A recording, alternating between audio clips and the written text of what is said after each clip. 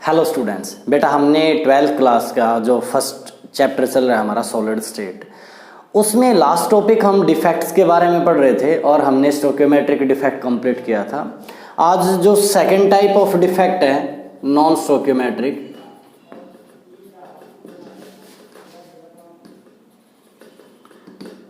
इसके बारे में हम पढ़ेंगे।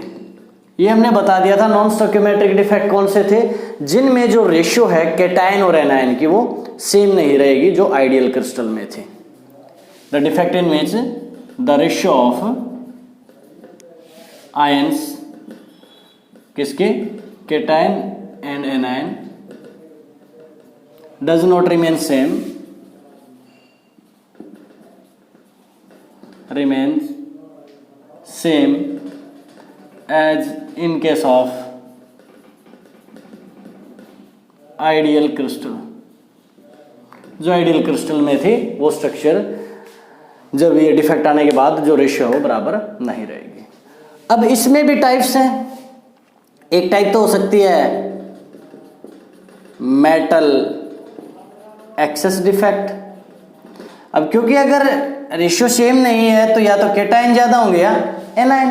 अब अगर कैटायन ज्यादा है, कैटायन कौन है, इलेक्ट्रोपॉजिटिव मींस मेटल, तो या तो मेटल ज्यादा है उसमें या नॉन मेटल। तो पहले हम देखते हैं अगर मेटल एक्सेस डिफेक्ट है वो कैसे हो सकता है। मेटल एक्सेस या तो आ सकता है by the vacancy of anion, या तो एनायन एक वैकेंट हो जाए, एनायन का एक स्पेस मींस एक एनायन बाहर निकल जाए। कैसे, जैसे ये हो हमारे कल की तरह ही हम एक ये क्रिस्टल लैटिस बना लेते हैं।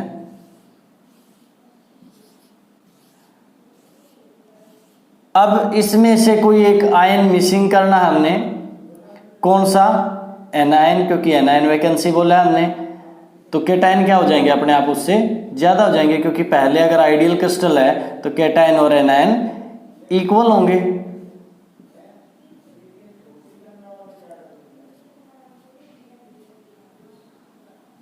जैसे ये पॉजिटिव है, negative positive negative positive negative positive negative positive negative positive negative positive negative positive negative. अब इसमें क्या होगा, एक एनायन किसी भी साइड से मिसिंग होगा। In this type of defect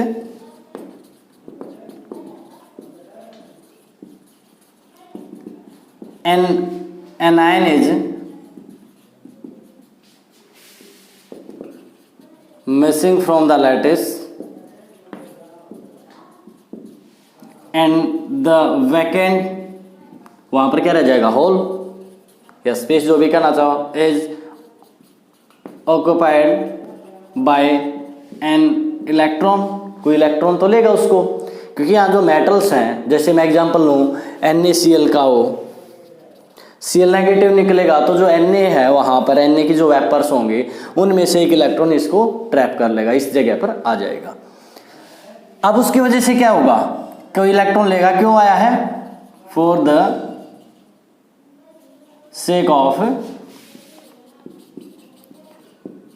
electrical neutrality, या क्या कह सकते हो फॉर इलेक्ट्रिकल बैलेंस, जो भी कहना आपने, उसकी वजह से वहां पर क्या आ जाएगा, एक इलेक्ट्रॉन, और इसे हम क्या बोल देंगे, F centre.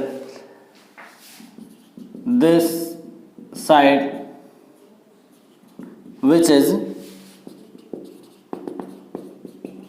occupied by electron is known as F center। उसको क्या बोल देंगे, F सेंटर। क्यों बोला F सेंटर, क्योंकि इसकी वजह से इसमें क्या आएगा, कलर आएगा, विच इज रिस्पॉन्सिबल फॉर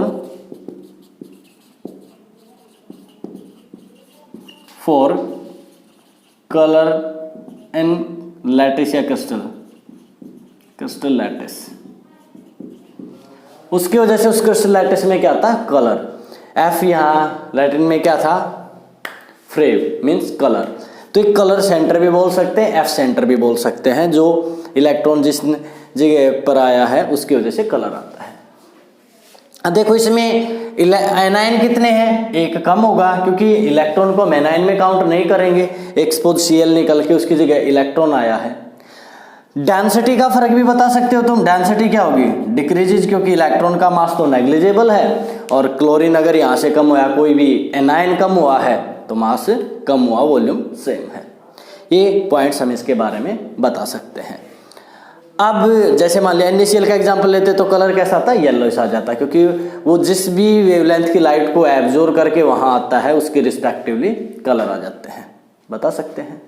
दूसरा कैसे हो सकता है metal access, by the presence of an extra cation in the interstitial site. Interstitial site में कोई एक्स्ट्रा कैटायन आ जाए, ये दूसरा केस बना लेता हूं मैं, यहाँ एनायन था, एक कोई कैटायन आ जाए यहाँ पर और उसके एडजेसेंट साइड पर क्या आ जाएगा, इलेक्ट्रॉन, इधर या इधर लगा सकते हो बैलेंस करने के लिए। तो इस टाइप के केस में क्या हो जाएगा, एक्स्ट्रा कैटायन की वजह से हो गया, अभी भी एनायन से ज्यादा है कैटायन। इसके केस में डेंसिटी क्या होगी, इंक्रीज, क्योंकि वॉल्यूम सेम है, कोई ना कोई एक्स्ट्रा कैटायन आया है तो मास बढ़ गया। ये कुछ हद तक सिमिलर है फ्रैंकेल की तरह, गॉट इट। ये दोनों केस कौन से थे जिसमें हमारे मेटल एक्सेस थी, कैटायन ज्यादा थे एनायन से। दूसरा ले सकते हैं हम by metal deficiency, metal deficient हो, कम हो, वो कैसे पॉसिबल है, it is possible in case जो हम ट्रांजिशन एलिमेंट लेते हैं ना, if metal show variable oxidation state, तभी ये पॉसिबल है। मान लिया एक जगह हो 2 पॉजिटिव, एक जगह आ जाए 4 पॉजिटिव, या एक जगह हो पॉजिटिव, एक जगह आ जाए 2 पॉजिटिव। सपोज हर जगह ये पॉजिटिव जो है ये हो A पॉजिटिव, और किसी एक जगह से एक A पॉजिटिव निकल जाए और वहां पर क्या आ जाए 2 पॉजिटिव, बाकी जगह क्या है A पॉजिटिव, मान लिया B नेगेटिव हो, A positive, B negative, A positive, A positive, A positive, B negative है। अब इलेक्ट्रिकली न्यूट्रल है क्योंकि पॉजिटिव चार्ज और नेगेटिव चार्ज बराबर है, लेकिन मेटल आयन क्या है इसमें डिफिशिएंट, क्यों, क्योंकि मेटल तो ये एक ही है, एक ही ने 2 इलेक्ट्रॉन लॉस कर रखे हैं, तो मेटल तो एक ही रहेगी, एटम तो एक ही है, उसने इलेक्ट्रॉन 2 लॉस कर दिए। डेंसिटी पर क्या फर्क पड़ेगा, डेंसिटी घटेगी, क्यों घटेगी, क्योंकि एक मेटल का मास तो कम हो गया, ये चाहे 1 पॉजिटिव है चाहे 2 पॉजिटिव है, मास तो सेम रहेगा, क्योंकि 2 पॉजिटिव ने 2 इलेक्ट्रॉन लॉस कर रखे हैं, एक पॉजिटिव ने 1 इलेक्ट्रॉन लॉस किया है। तो यहां पर मेटल डिफिशियंसी अगर आई वेरिएबल ऑक्सीडेशन के स्टेट की वजह से, तो एक मेटल आयन कम हो जाएगा, किसी एक पर ऑक्सीडेशन स्टेट बढ़ जाएगी, जिसकी वजह से इलेक्ट्रिकली न्यूट्रल होगा लेकिन डेंसिटी कम होगी। बता सकते हो ये क्या थे, नॉन स्टोइकियोमेट्रिक डिफेक्ट। इसके बाद जो थर्ड टाइप है वो आ जाती है हमारी इम्प्योरिटी, मतलब एडिंग ऑफ फॉरिजन पार्टिकल को हम क्या बोलते हैं, इम्प्योरिटी, फॉरिजन एटम्स, आयंस। उसके केस में क्या होगा, हम जैसे हमारा क्रिस्टल है या लैटिस है NaCl की, तो उसके अलावा हम कोई और एटम यूज कर देंगे। जैसे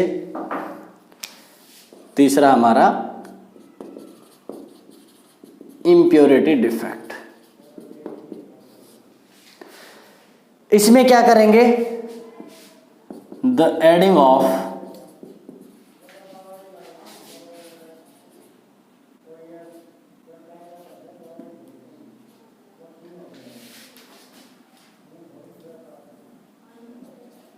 foreign particles is known as impurity defect, और इस प्रोसेस को क्या बोल देंगे, doping. Process is known as doping. Doping क्या होगा, the process of adding of foreign particle या impurity to a crystal lattice is known as doping. अब वो होगा कैसे, सपोज ये जो पॉजिटिव है वो A पॉजिटिव, या ये पॉजिटिव है वो मान लिया Na पॉजिटिव और नेगेटिव है वो मान लिया Cl नेगेटिव, और किसी एक जगह जो ये Na पॉजिटिव है, बाकी हर जगह एक जगह क्या आ जाएगा, Na पॉजिटिव की जगह आ गया हमारा Sr2 पॉजिटिव, और वहां पर क्या रह जाएगा, फिर एक वैकेंट भी रह जाएगा। क्यों? क्योंकि Sr के ऊपर 2 पॉजिटिव है। अब इसमें हम डेंसिटी नहीं बताएंगे। डेंसिटी क्यों नहीं बता रहे? क्योंकि डिपेंड करेगा इसके मास पर। अगर इसका मास इससे डबल है तो डेंसिटी सेम रह जाएगी, डबल से ज्यादा तो बढ़ जाएगी, कम है तो कम हो जाएगी। वो डिपेंड करेगा इम्प्योरिटी के ऊपर डेंसिटी। तो हम सिर्फ इसमें क्या बताएंगे इम्प्योरिटी में, कि एडिंग ऑफ ओरिजिन पार्टिकल क्या होगी, इम्प्योरिटी डिफेक्ट, और उसे प्रोसेस को बोल देंगे हम डोपिंग। अब ये कैटायन और एनायन का केस अलग अलग बन गया। जैसे मैंने तुम्हें लिया आयन का केस है, आयनिक अगर लैटिस है, क्रिस्टल लैटिस है, तो इस टाइप से आ जाएगा, इसमें डोपिंग होगी हमारी। अब क्योंकि इसके पास कोई ना कोई अगर हम डोपिंग करते हैं तो फ्री इलेक्ट्रॉन्स या आयंस आते हैं, तो ये सेमीकंडक्टर की तरह है। वो पिछले भी नॉन स्टोइकियोमेट्रिक भी सेमीकंडक्टर की तरह बिहेव करते हैं, ये भी। अब इसके केस में क्या आएगा, एक पार्ट तो ये था आयनिक, दूसरा हम लेते हैं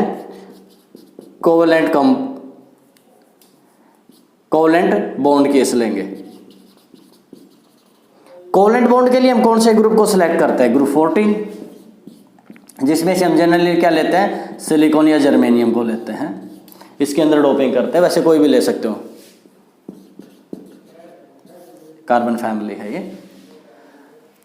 अब डोपिंग क्या करेंगे, इसकी डोपिंग या तो हम इनके वैलेंस शेल में इलेक्ट्रॉन्स हैं 4, या तो डोपिंग करेंगे इलेक्ट्रॉन रिच से, या करेंगे इलेक्ट्रॉन डिफिशिएंट से। अगर ग्रुप 13 डाल दे तो उसमें वैलेंस इलेक्ट्रॉन्स कितने होंगे, 3। ग्रुप 15 डाल दे तो उसमें वैलेंस इलेक्ट्रॉन्स कितने होंगे, 5। तो या तो हम ग्रुप 15 से कर देंगे, या हम इसकी डोपिंग करेंगे ग्रुप 13 से, बोरॉन फैमिली से। अब किससे डोप करेंगे उसके अकॉर्डिंग अलग अलग प्रॉपर्टीज आएंगे। कैसे, सपोज हमने किया ग्रुप जो 14 है डॉप्ड बाय या डॉप्ड विद ग्रुप 15, हमने इसको ग्रुप 15 से डोपिंग कर दी। अब ग्रुप 15 में क्या है, वैलेंस इलेक्ट्रॉन्स हैं 5। ग्रुप 14 में कितने थे वैलेंस इलेक्ट्रॉन्स, 4। अब 4 इलेक्ट्रॉन तो बॉन्ड बना लेंगे, क्या बच जाएगा, 1 एक्स्ट्रा इलेक्ट्रॉन रिमेन्स। क्या बचेगा, एक्स्ट्रा इलेक्ट्रॉन। उसकी वजह से क्या करेगा, इट एक्ट एज या बिहेव एज सेमीकंडक्टर। वो किसकी तरह बिहेव करेगा, सेमीकंडक्टर की तरह। अब जो सेमीकंडक्टर की तरह बिहेव करेगा वो किसकी वजह से कर रहा है, इस इलेक्ट्रॉन की वजह से, यानी कि नेगेटिव चार्ज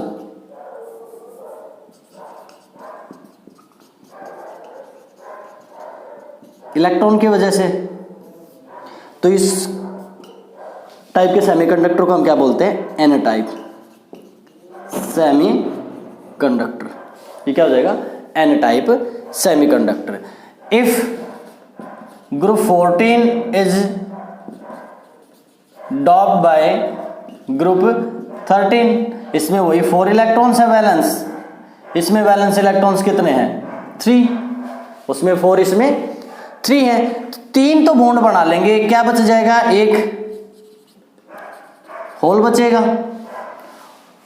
जिसके को अगर न्यूट्रल करने के लिए यहां से इलेक्ट्रॉन वहां जंप करेगा तो वहां पर पॉजिटिव चार्ज आ जाएगा, पॉजिटिव होल बच जाएगा। इसे हम पॉजिटिव होल लेके चलते हैं। अब वो किधर जाएगा, जिस डायरेक्शन में इलेक्ट्रॉन फ्लो करेंगे उसके रिवर्स जाएगा पॉजिटिव चार्ज। तो इसमें जो करंट फ्लो करेगा वो किसकी वजह से करेगा, इस पॉजिटिव होल की वजह से। और ये भी किसकी तरह एक्ट करेगा, सेमीकंडक्टर की तरह। और वो सेमीकंडक्टर किस टाइप का होगा, इसमें पी टाइप। याद रखने के लिए नेगेटिव वाला एन टाइप, पॉजिटिव वाला पी टाइप सेमीकंडक्टर की तरह एक्ट करेगा हमारे, बता सकते हैं। ये तो थे हमारे अगर हम डोपिंग करें तो का केस। तीनों टाइप के हमारे डिफेक्ट्स हो गए। पहला क्या था, पहला था हमारा स्टोइकियोमेट्रिक, जिसमें वैलेंसी, इंटरस्टेल फिर हमने शॉटकी एंड फ्रैंकेल, ये 4 टाइप्स की थी। मैंने बोला शॉटकी और फ्रैंकेल को ज़्यादा इंपॉर्टेंट है, उनको ज़्यादा अच्छे से करो। फिर हमने किया नॉन स्टोइकियोमेट्रिक, जो आज किया, उसमें क्या हो सकता है, मेटल एक्सेस या मेटल डिफिशियंसी हो सकती थी। फिर हमने किया इम्प्योरिटी, एडिंग ऑफ ओरिजिन, वो आयनिक का केस हो सकता था और कोवेलेंट का केस हो सकता था। कोवेलेंट में 2 टाइप के तरह था, एक एन टाइप सेमीकंडक्टर, एक पी। अगर इलेक्ट्रॉन रिच इम्प्योरिटी डाल दें, नेगेटिव चार्ज इलेक्ट्रॉन बचेंगे, जिसकी वजह से ये सेमीकंडक्टर की तरह बिहेव करेगा, तो एन टाइप है। अगर हम 13 ग्रुप डालें तो एक होल बचेगा, पॉजिटिव होल, जिसकी वजह से कंडक्ट करेगा ये करंट को और सेमीकंडक्टर की तरह बिहेव करेगा, जिसे हम बोल देंगे पी टाइप। इसके बाद जो हमारा नेक्स्ट टॉपिक आएगा that is conductor, semiconductor and insulator on the basis of band theory, और उसके अंदर ही हम पढ़ लेंगे इफेक्ट ऑफ टेम्परेचर क्या होगा और मैग्नेटिज्म। ये पॉइंट्स हमारे बचते हैं जिन्हें अब हम कंप्लीट करेंगे। तो सबसे पहले अब हमारा आ जाएगा conductors, semiconductors and insulators.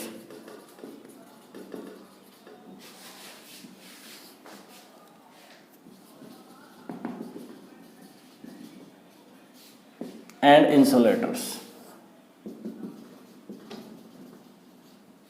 Conductors वैसे तो हम इजीली एक डेफिनेशन देते चले हैं जिसके अंदर से इलेक्ट्रिक करंट आसानी से पास हो। कंडक्टर जिनमें से थोड़ा बहुत पास हो वो सेमीकंडक्टर थे, जिनमें से इजीली पास ना हो क्या थे, इंसुलेटर थे। सेमीकंडक्टर के इनके बीच में लाई कर रहे थे करेक्टर। अब कंडक्टर के लिए जो करंट पास करने के लिए जो कंडीशन है वो क्या है, उनकी कंडक्टिविटी। इफ जो कंडक्टिविटी है लाई बिटवीन 10 की पावर 4 टू 10 की पावर 7 पर ओम पर मीटर, तो क्या होगी, वो एक्ट करेगा एज ए कंडक्टर्स। मेटल की होती है अप्रोक्स 10 की पावर 7, इसलिए मेटल्स क्या होती हैं, गुड कंडक्टर। अब कंडक्टर भी 2 टाइप के हैं, एक तो मेटलिक, एक इलेक्ट्रोलाइटिक। हम दोनों कर चुके हैं क्योंकि हमने इलेक्ट्रोलाइसिस यूनिट कर ली है। मेटलिक में फ्री इलेक्ट्रॉन की वजह से करंट पास होगा और इलेक्ट्रोलाइटिक में फ्री आयंस की वजह से। इसमें मेटल अगर हम ले तो चाहे वो मोल्टन स्टेट में है चाहे वो सॉलिड स्टेट में है, गुड कंडक्टर रहेगी। इलेक्ट्रोलाइट है, ये सॉलिड स्टेट में बैड कंडक्टर होंगे, ये इनके एक्वस सॉल्यूशन या मोल्टन स्टेट में गुड कंडक्टर होंगे। अगर हम बात करें सेमीकंडक्टर की तो इनकी जो कंडक्टिविटी है वो लाई करेगी बिटवीन 10 की पावर -6 टू 10 की पावर 4 पर ओम पर मीटर। इंसुलेटर की होती है 10 की -20 टू 10 की -10 पर ओम पर मीटर। बैंड थ्योरी के बेस पर बताएं तो क्या होंगे, कोई भी जैसे हमने मेटल लिया, अगर वो कंडक्टर है तो 2 बैंड होते हैं इसमें, एक वैलेंस बैंड और एक कंडक्शन बैंड। वैलेंस बैंड जिसमें क्या होते हैं, फ्री इलेक्ट्रॉन्स हैं जो पार्शली फिल्डेड है,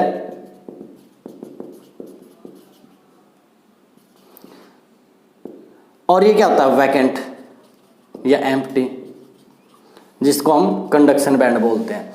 जब करंट पास करेंगे तो ये क्योंकि एक दूसरे को टच किए हुए हैं या एक दूसरे को ऐसे ओवरलैप किए हुए होते हैं, तो electron can pass from valence band to conduction band easily. तो ये क्या काम करेंगे, गुड कंडक्टर। जो कंडक्टर्स हैं इजीली करंट पास होगा। अगर हम सेमीकंडक्टर की बात करें तो there is minor gap between valence band and conduction band. Minor क्या है, gap. Only those electron can jump from valence band to conduction band जिनकी एनर्जी ज्यादा है, यानी कि few electrons can jump from valence band to conduction band जिसकी energy ज्यादा है। इंसुलेटर में लार्ज गैप जिसकी वजह से इलेक्ट्रॉन जंप नहीं कर पा रहे और एक्सट्रीमली लो क्या होगी इसकी कंडक्टिविटी। ठीक है। फिर एक पॉइंट आता है इफेक्ट ऑफ टेम्परेचर, मैं इसी में एक्सप्लेन कर रहा हूं, on the conductivity of conductor, semiconductor and insulator. Otherwise ये टॉपिक तो आपके फिजिक्स का ज़्यादा है, पूरी यूनिट है सेमीकंडक्टर्स, उसमें आ जाता है, पर फिर भी यहाँ देख लेते हैं।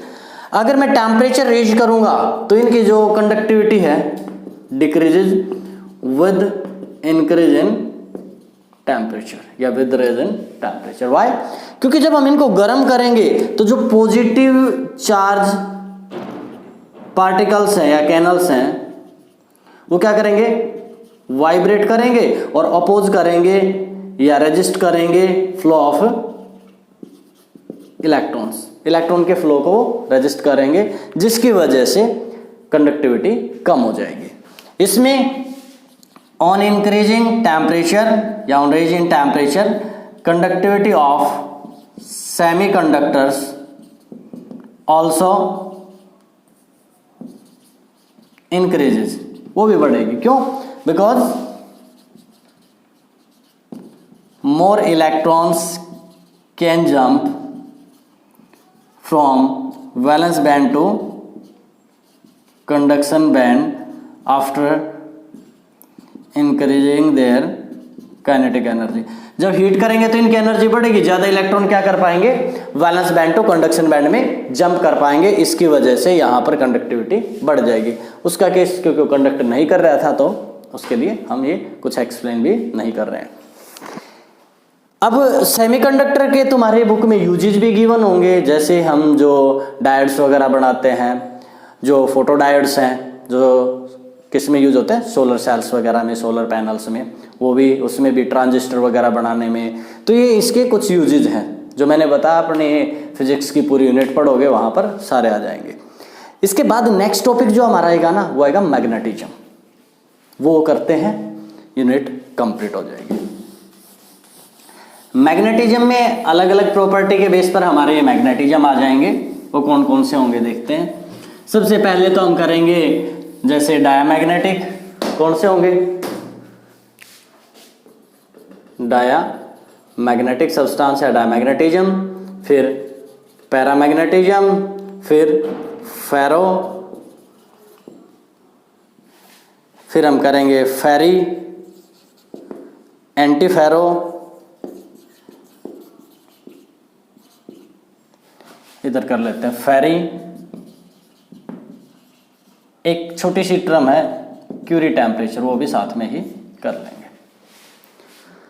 डायमैग्नेटिक सब्सटेंस कौन से होंगे, they are repelled by external magnetic field. External magnetic field में इनको रखें तो वीकली रिपेल होंगे, वीकली हल्का सा रिपेल करेगा एक्सटर्नल मैग्नेटिक फील्ड इनको। क्यों?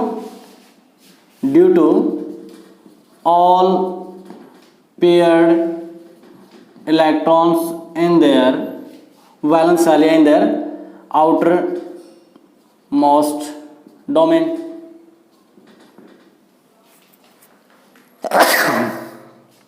आउटर मोस्ट डोमेन में सारे के सारे जो इलेक्ट्रॉन्स हैं वो पेयर्ड होंगे लाइक दिस। पी का ही एग्जांपल ले लेते हैं, ये सारे पेयर्ड हैं। इसका एग्जांपल क्या ले सकते हैं हम, इसका एग्जांपल है जैसे H2O है, बेंजीन है,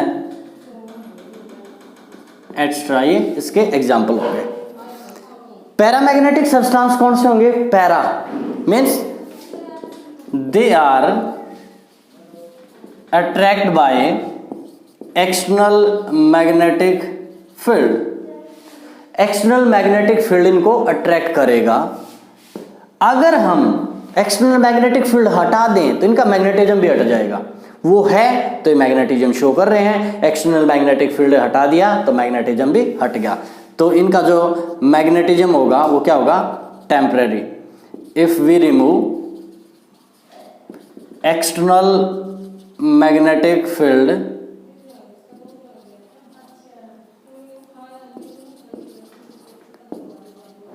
there is no such magnetism, वहां वैसा कोई मैग्नेटिज्म नहीं होगा अगर हटा देंगे तो। इसमें क्या है, it is due to unpaired electrons like this, due to unpaired electrons या डोमेन्स की वजह से शो करेगा। फेरोमैग्नेटिक क्या होंगे? दे आर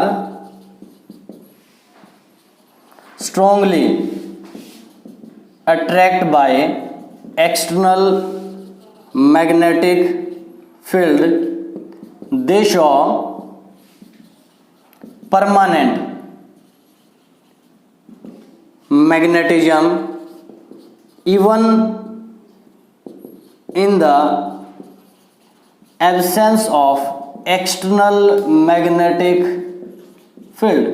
ये परमानेंट मैग्नेटिज्म शो करेंगे।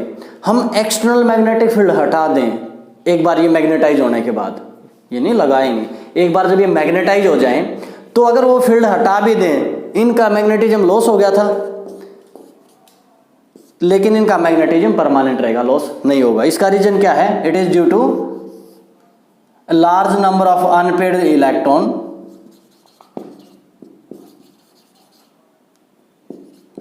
Number of unpaired electrons in same spin या डोमेन, जो भी कहना चाहो। कैसे?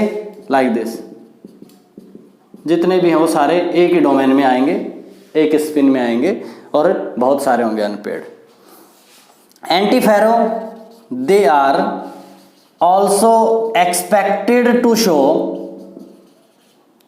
ए large magnetism due to the presence of a large number of unpaired electrons.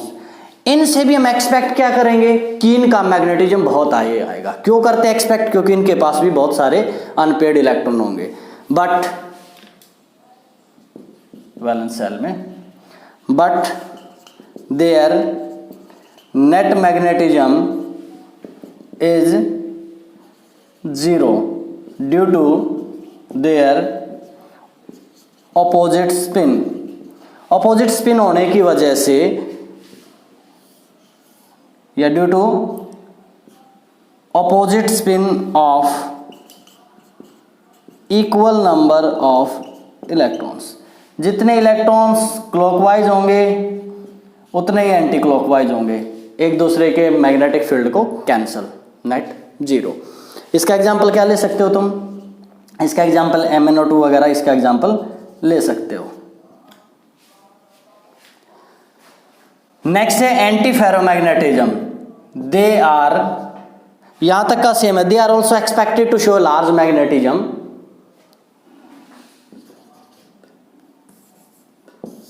Also expected to show a large magnetism like ferro due to a large number of unpaired electrons in their outer orbital, but their net magnetism is very low। उनमें 0 था, इनमें क्या होगा? very low। रीजन क्या है? Due to opposite spin of unequal electrons। इसमें भी अपोजिट स्पिन आएगा, लेकिन वो इक्वल नंबर नहीं आएंगे, क्योंकि इक्वल होंगे तो क्या हो जाएगा? नेट 0 हो जाएगा, लेकिन यहां अनइक्वल है, कुछ बच जाएगा। ये था फेरी। फेरी में क्या एग्जांपल दे सकते हो? इसमें एग्जांपल तुम दे सकते हो या तो Fe3O4, या जैसे ऐसे हो सकता है MgFe2O4, Fe2O3 भी दे सकते हो इसमें। और इसमें आ जाएगा तुम्हारा जैसे CuFe2O4 लाइक दिस। इसके बाद है क्यूरी टेम्परेचर। अब सब ने एक चीज पढ़ रखी है कि अगर हम किसी मैग्नेट को गर्म करें तो उसका मैग्नेटिक फील्ड वीक हो जाएगा, कम हो जाएगा। तो क्यूरी टेम्परेचर वो टेम्परेचर है कि अगर उससे ज़्यादा अगर हम गर्म कर दें तो जो फेरोमैग्नेटिक सब्सटेंस है वो फेरोमैग्नेटिज्म लॉस कर देंगे। मीन्स या तो होंगे वो पैरा या यू में से या तो होंगे एंटी फेरो या फेरी, इन केस में से आ जाएंगे। कैसे क्या होगा? The temperature above which no ferromagnetism can exist इधर फेरो फेरी और anti ferro magnetism exist. Ferro नहीं रहेगा, या तो एंटी फेरो या फेरी रहेगा, क्योंकि अगर गर्म करेंगे तो एक आध की डायरेक्शन बदल जाएगी, वो दूसरी डायरेक्शन में वाइब्रेट करने लग जाएगा, जिसकी वजह से कम हो जाता है। इसका एग्जांपल नहीं लिखा हमने, इसका एग्जांपल लिख सकते हो तुम Cr3 पॉजिटिव, Fe3 पॉजिटिव वगैरह, इसके एग्जाम्पल होंगे। Got it? तो ये यूनिट हमारी कंप्लीट हो गई है, इसको रिवाइज करना है। नेक्स्ट चैप्टर नेक्स्ट लेक्चर में शुरू करेंगे। ओके।